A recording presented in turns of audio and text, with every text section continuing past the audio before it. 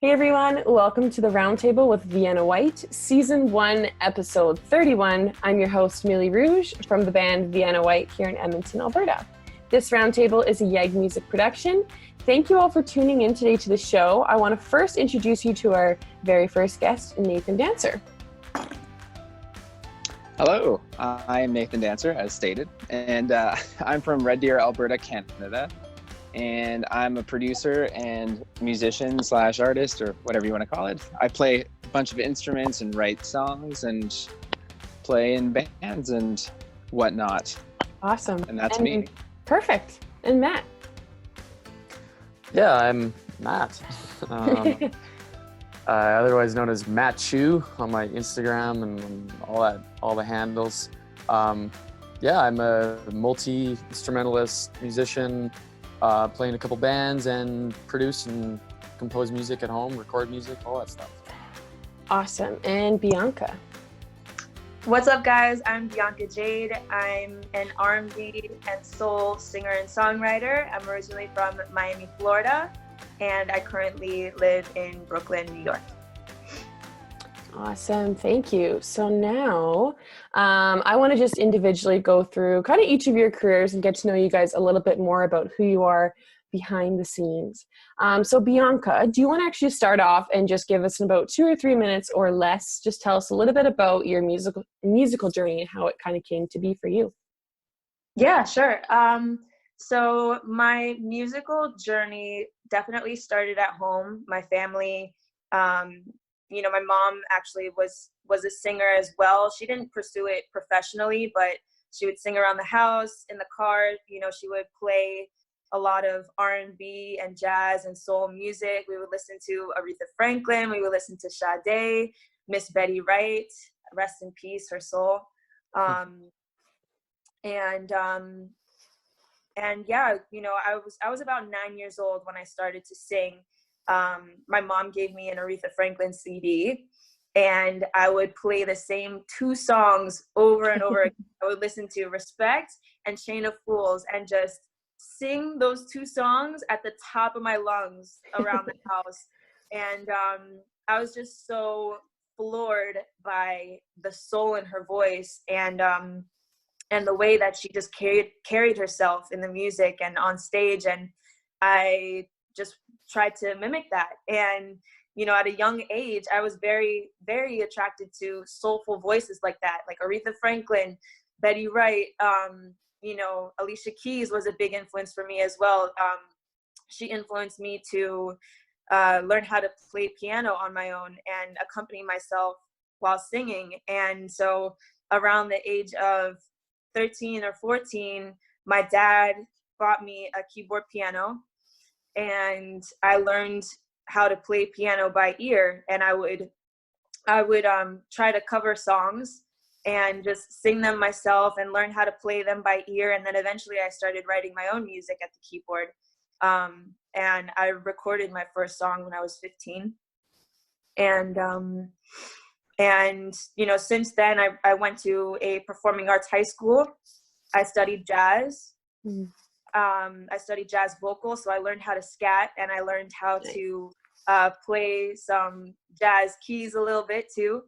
And it really helped me to develop myself as an artist, because a lot of the music that I listened to before that, was just music that I found on my own, and pop music that my friends would introduce me to. But in school, we listened to real jazz music and real jazz artists and classical music as well. So I kind of learned a lot of like the technicalities of music and the math behind it, the music theory. And since then, when I graduated high school, I won a singing contest that was in conjunction with the Sparkle movie with the late Whitney Houston and Jordan Sparks. Oh, nice. That's awesome. Yeah, they flew me out to New York, and when I was living in Miami, they flew me out to New York, and that was my first professional recording session with a vocal producer. With the producer, Jordan was there too as well, kind of like coaching me and like cool. Yeah, and So we had a full 12-hour session with a song that her production team wrote and produced. And I performed the song on BET's 106 in Park in New York. And that was kind of a big catalyst for me as an artist, because, you know, it just showed me that I had what it takes to really pursue this professionally. And, you know, when I came back home to Miami, things just started to pop. I you know, started to get onto other local TV stations, and more producers wanted to work with me, and people wanted to sign me and things. And it just kind of started going. And that was kind of like the beginning for me, really professionally taking on music as a career. You know, just working on my music and developing myself more as an artist. You know, playing shows live locally and singing my original music. And then I kind of got to a point in Miami where I felt like I was kind of plateauing a little bit, like, you know, playing a lot of shows, seeing the same faces. And then I got to the point where I was like, you know what, I think it's time for me to move, and, you know, move to New York. So here I am. And and ever since I've been here, we've, you know, my co-writer and my boyfriend and I, his name's YP. He's an amazing hip hop artist and co-writes a bunch of music with me. We've taken on New York by storm and been playing shows here and meeting lots of cool people. And yeah, I'm super grateful for where I'm at today. Yeah, that's an incredible experience. Wow, that's really awesome. Thank you for sharing. Now, Mattchu, can you tell us about your musical journey? I know you've had quite the diverse journey, so can you tell us a little bit about it? Yeah, so when I was younger, maybe like 15 or something like that, I was always into music. My dad had a iPod that he let me borrow, and got really into, you know, lots of different music, from psychedelic rock up to the, you know, everything in between, jazz, Tupac. And then my cousin was like, "Hey, you ever heard of this thing called Ableton?" And I was like, "Huh, no." And he's like, "Well, you can download it for free off the site." And I did, messed around with it, and I was terrible. But I you know, made a really crappy track, and I sent it to him, and he was like, "Wow, dude, that was pretty impressive." And I think I just kind of realized I kind of had an intuitive sense for music. I didn't know how to intuitively play at this point at all, so I really was terrible. I could play like E-I-E-I-O, you know, Old MacDonald had a farm, on the piano with one finger. And I was like, well, you know, I guess I should probably try to learn some music. And so I just kind of just got into, like, I started writing down all the things, the components of music, and just started thinking about it, you know, like, what do I need to do to learn how to make better music? And so I got into music theory, and I still didn't really know how to perform music, but I was composing better songs. I was thinking about things musically, you know, melodies and chord structure. I was thinking about those kind of things. And then my friend, we were smoking a few joints in his shack that he has, this you know, family shack that they have. And his mom brought home an electronic drum kit, and we just played terrible music in there for you know, probably the whole summer, and his neighbors hated us, and it was awesome. And then I think we just kind of we kept playing and playing, and then writing songs. Then we wrote a song called Mr. Toad, and then we just kind of, you know, just it kind of snowballed from there. We ended up making this jam at this local bar that we used to play that, and we'd play every Thursday night. And I would, you know, miss school the next day because we'd be out so late. And then it just, you know, it's just snowballed into meeting a bunch of people, meeting lots of bands, meet other musicians. And you know, now I do session drum work. You know, I record vocalists and have tons of collaborative projects. I produce. I record my band, Duke and the Peacemakers. We're kind of like a funk jazz, swing, country, and a little bit of everything in between. Yeah. And so I recorded that and just got into, like, I wanted to get into recording like full on. So I got a bunch of recording equipment, and now I have basically a full studio basement here. So yeah, that's going. That's awesome. Now, Nathan, can you tell us a little about kind of how you came to where you are in music today? Yeah, for sure. Probably would have started out at the age of like 5 or something, being forced into piano lessons.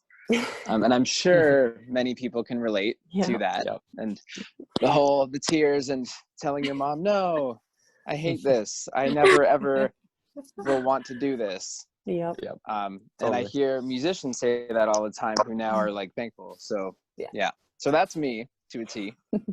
Not to a T. I did enjoy piano towards the end. I took about 10 years of piano lessons and a couple of years of guitar lessons. And like I think for me, it's been like definitely a very personal journey. Like no one in my immediate family was like super musical. So I didn't really have a lot of like close influences to feed on, but I just loved music, and that's always been a passion. So I just kind of started running with it. A couple of years after kind of picking up guitar and getting into that too, I wanted to start recording, and things were sort of starting. This is probably about 10 years ago now, and things were kind of obviously starting to become a lot more accessible and easy to purchase and make happen. So I just started my long journey. I really just wanted to like record like an acoustic EP or something, and then I'm sure Matt can relate. You start out with a desire to get one thing done, and all of a sudden you're recording bands and your bands, other people's bands, your solo stuff, other people's solo stuff, and it's just kind of it's a thing you do now. A beautiful nightmare. And right.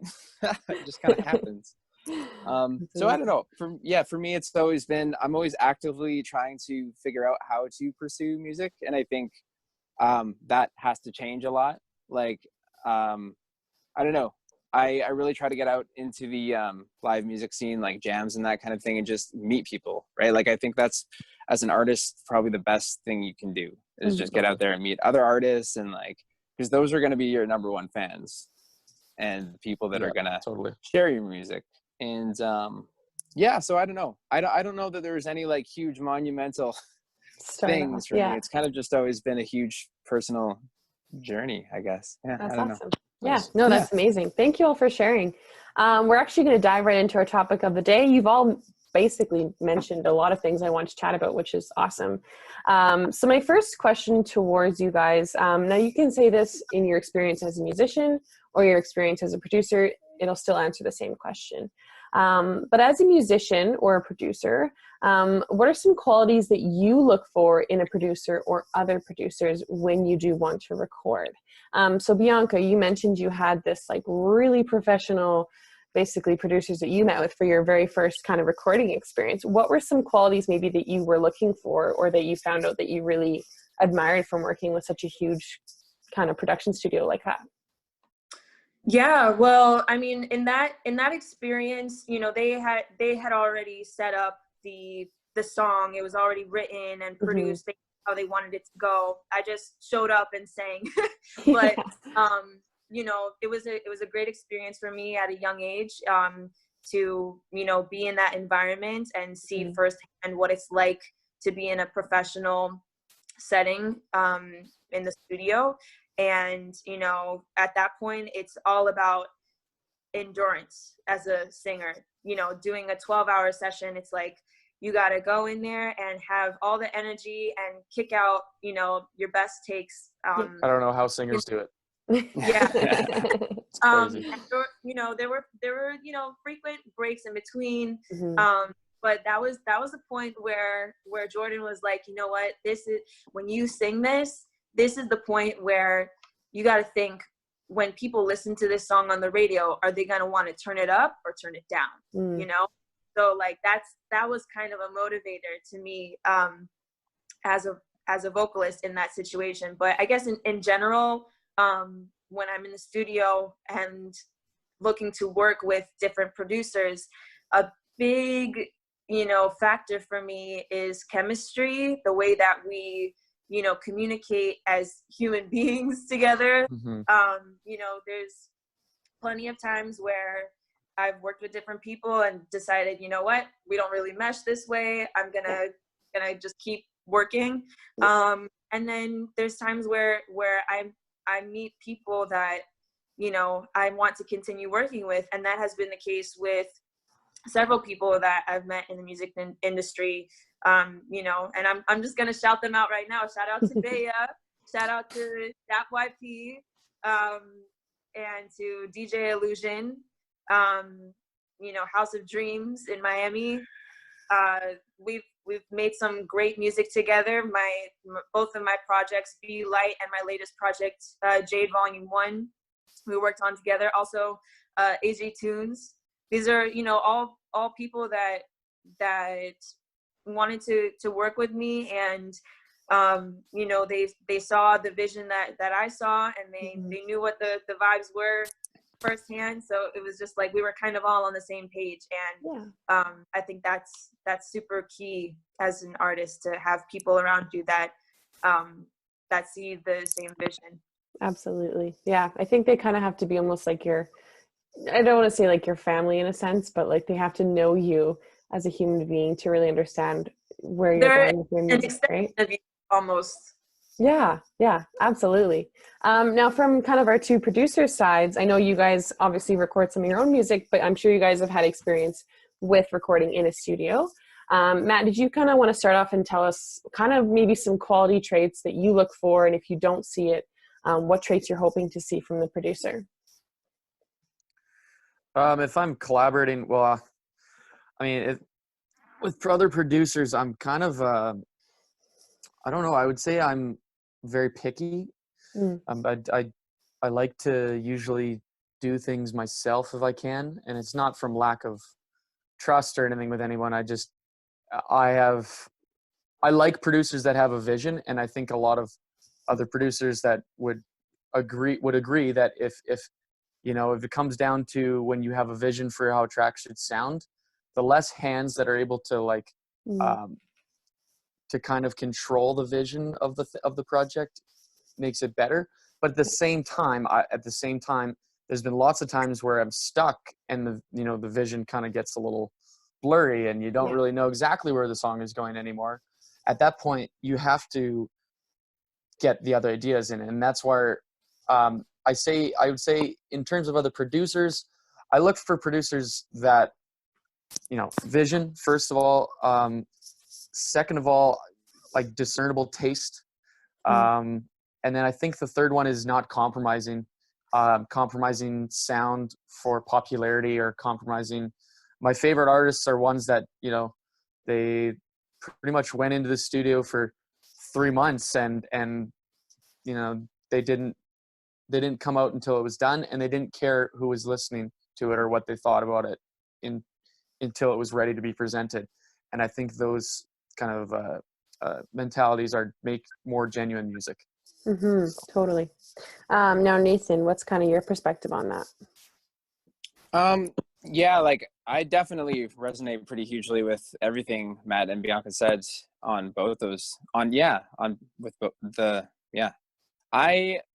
Vision's definitely a huge thing. When I am checking out other producers, the thing that I care about is like the music, like the finished product. So I want to hear like what they've done. And I'm listening like sonically what's going on, like how good of an engineer they are, like if there's frequencies that I don't like and that type of thing, like if the balance is there, and that does come down to personal taste a little bit too. There are, you know, a bad frequency is a bad frequency, but you know, mixes are all different. But I think that's, yeah. And then like, more like the art side of it too, right? It's like, do I like the arrangement? Do I like how they've mixed things and like the elements they're putting in? Is there enough edge? Like, is it too ambient? Like, you know, like that kind of thing. So I think I really want to like put a track on and not care who did it and like dig it. Yeah. Like, and to me, if I can do that, then that's someone I guess who I feel like kind of has what I'm looking for. that being said, I'm kind of like Matt too, where I kind of like doing everything myself. So it's, I don't reach out as much as I should and collaborate, but I'd like to do a lot more of that. I mean, you know, like I'll do the odd mastering and stuff here and there too, but it's kind of like, Right. it's not, I'm sure Matt can relate to this too, that by the time, like if you've started a project and you go from 0 to 100 and you've done it all yourself, it's pretty hard to maintain that momentum by the time you get to like mastering or something, right? You Yeah, kind of definitely. hate the song a little bit because Yeah.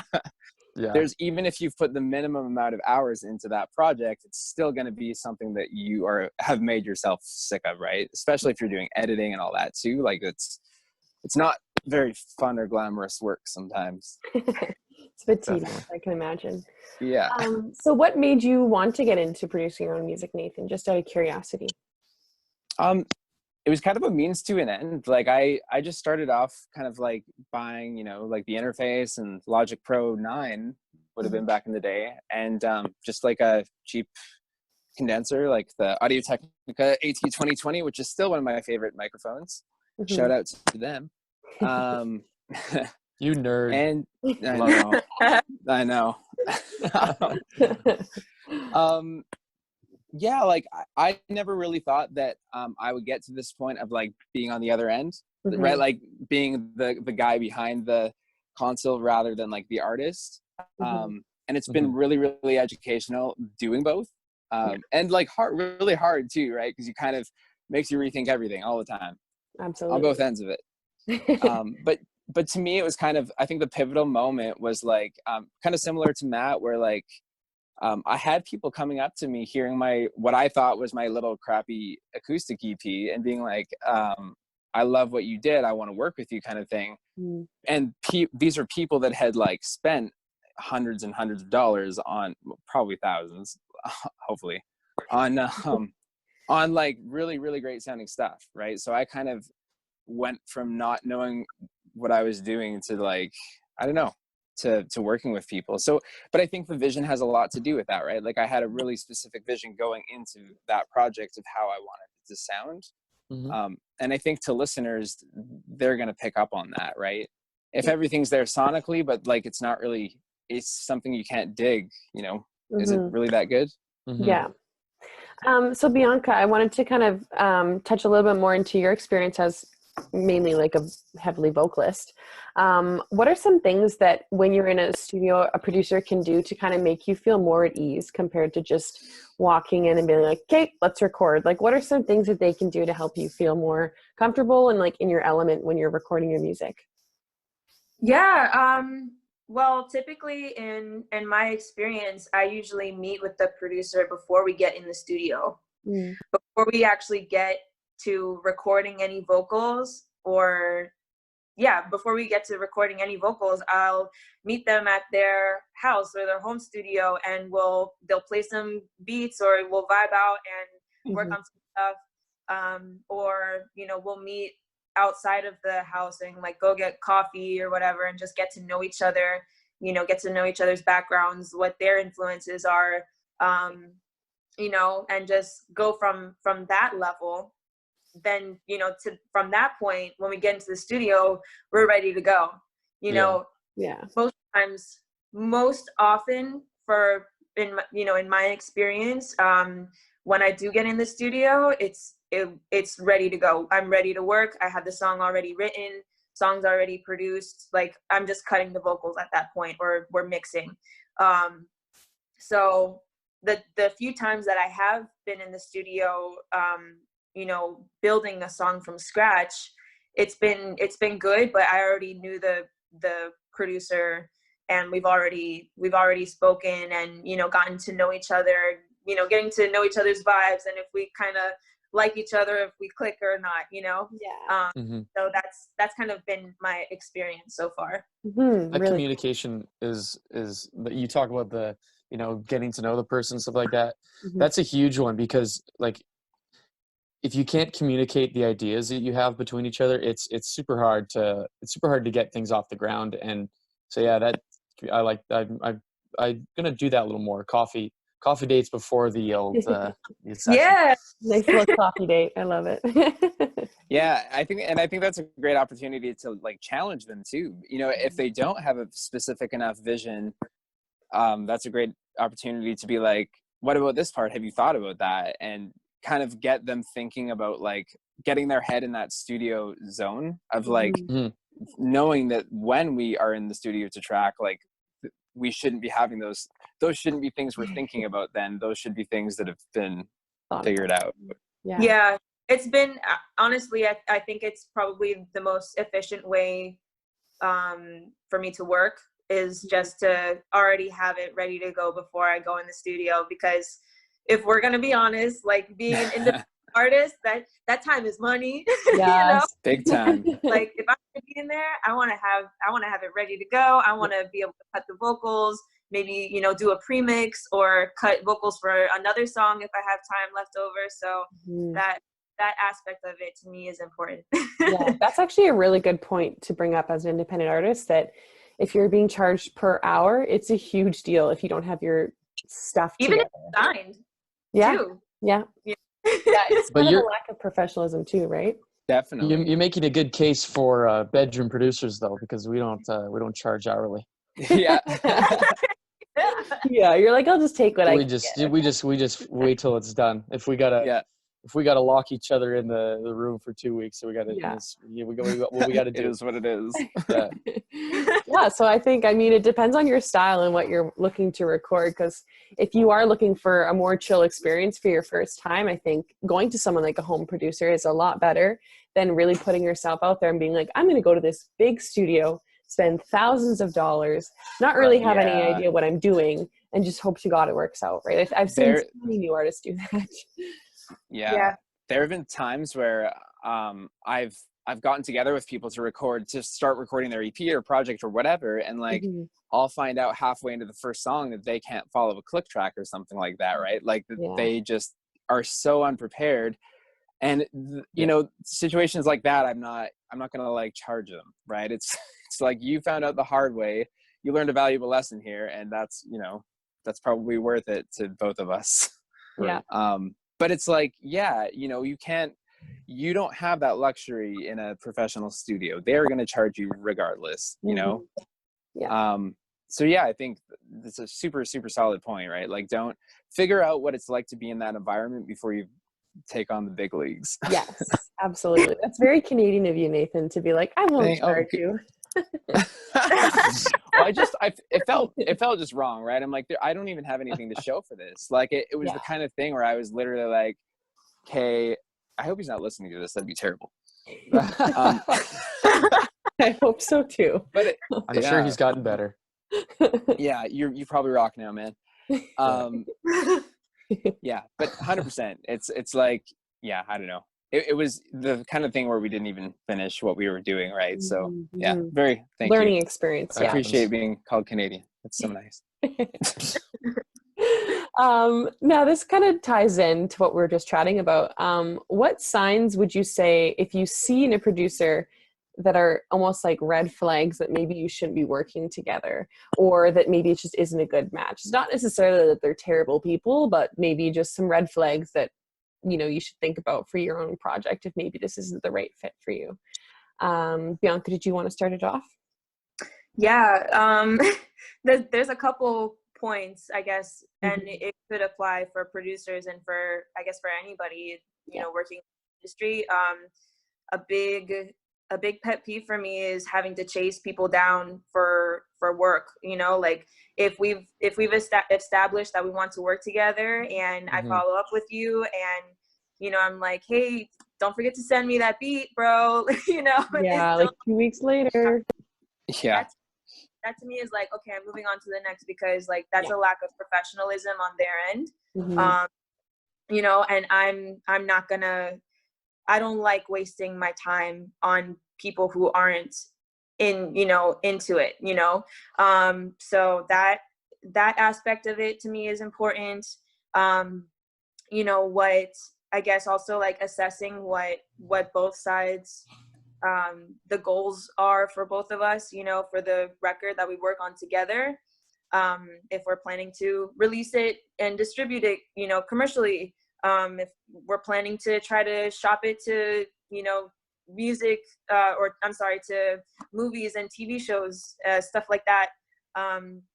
You know, there's been some times where I've worked with artists and producers and they just want to release it on SoundCloud, and I'm just like, no, I want, No.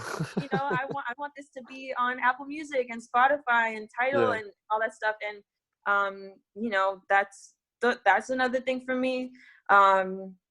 Also, like, yes, the business aspect of it is important, but if you're gonna bring it up in the studio right away, that to me is a little bit of a turn off. Like when somebody's like, okay, so we're gonna talk splits and I own the copyright for this and I own the masters for this, you know, and like kind of aggressive about it, you know, that's a big turn off for me as an artist.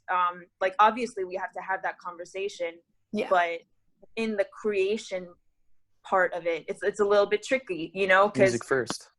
The music comes first. You want to make sure the music is right before you go and talk about, you know, business, anything. Like you want to make sure that part of it is right, and then you have that conversation. And obviously, you know, as an artist, we have to protect ourselves in different ways, you know, to make sure that we do get the proper credit that we're supposed to have. You know, but definitely like when producers have that conversation too early, I'm like, okay, I don't know if I trust their intentions, you know? Right, yeah. So that's my those take were on some that. actually pretty good, valid points. Did you guys have anything else you wanted to add about that too? I think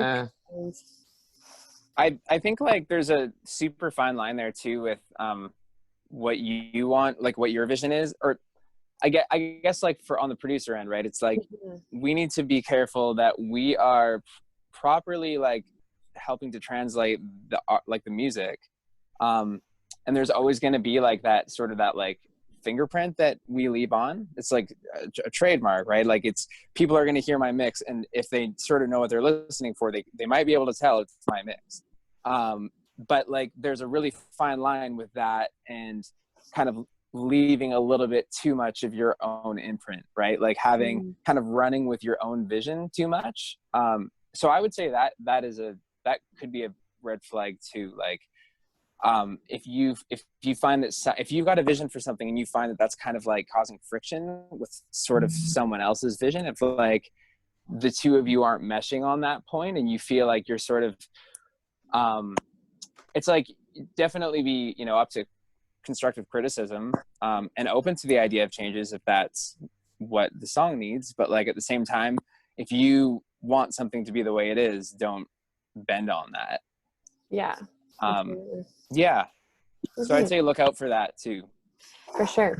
Now I have one last question actually for you guys before we head out here.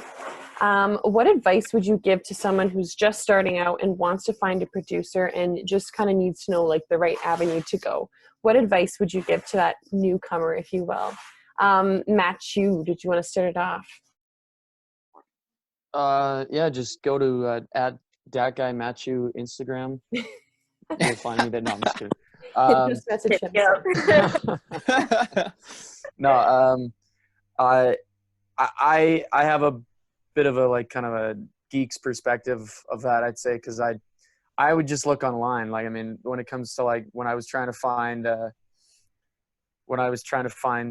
music when I was a kid, and I wanted to find like all the craziest underground hip hop and stuff like that. Like, this is online, you know. The other thing is, I would say you definitely got to go out to shows. It's a big one. Go to shows and if you go to a show, try to meet one person, even if it's just the bartender and it's just, you know, if it's just the person you bought your lucky lager from, you gotta do it. So yeah, conversations. Yeah, absolutely. Nathan, what advice would you give to a newcomer? Pretty much the same. Yeah, I would say like it's really, really important to get out there and network and like find local music in your area that you like, and then like follow it back to the source, right? Like find, you know, if you can find artists that you can potentially even meet and get to know a little bit, and like maybe get to know the person they worked with a little bit too, I think that's a more realistic goal than like, it's like, oh, I like this band in California, but I live in Alberta, but I love the way that this track sounds, so I'm going to go down there for my first project ever, right? It's like, that's not spending thousands on travel, is totally ridiculous when you've never done it before, when you've never even been in the studio or recorded before. So I think that whole local perspective is really, really smart, because you're not going to be spending more money than you need to. Yeah, absolutely. And Bianca, what advice would you give to someone who was maybe in your position a few years ago, where you're first starting out and looking for producers to work with? Yeah, I think Matt and Nathan made very good points, like especially Nathan's last point about, you know, working locally, because, you know, when you're up and coming as an artist, it's easier and more beneficial to you to reach out to producers who are also, you know, coming up in their field. Trying to network upwards is so hard, and it's like they're gonna want something in return, obviously, because, you know, like it's just like, unless you have a bigger platform and you're able to, you know, spread their music better, like working with a producer who's also up and coming, or, you know, on your level or a little bit higher of a level, it's easier because they're more willing to work and just get their work out there. Definitely like going to local shows, networking with other artists. Most likely their producers, their team is there supporting them. So it's easier to network that way and to meet producers that way. I met my first producer that worked on my first EP at a music networking event, and he was there with an artist that he was working with, and I really liked the music that he was working on with him, and I reached out to him, and we just started working on my EP at his house. And then things just kind of snowballed from there. So definitely like working locally, reaching out. I mean, we have social media to thank as well. We can reach out to producers that are just trying to get their names out there or trying to get their work out there. So you know, you can listen to their work online if they have a website where they, you know, keep all of their samples of their work, or if they have samples of their work on SoundCloud, you can listen to it there and see if that matches the sound that you're going for, and reach out to them that way.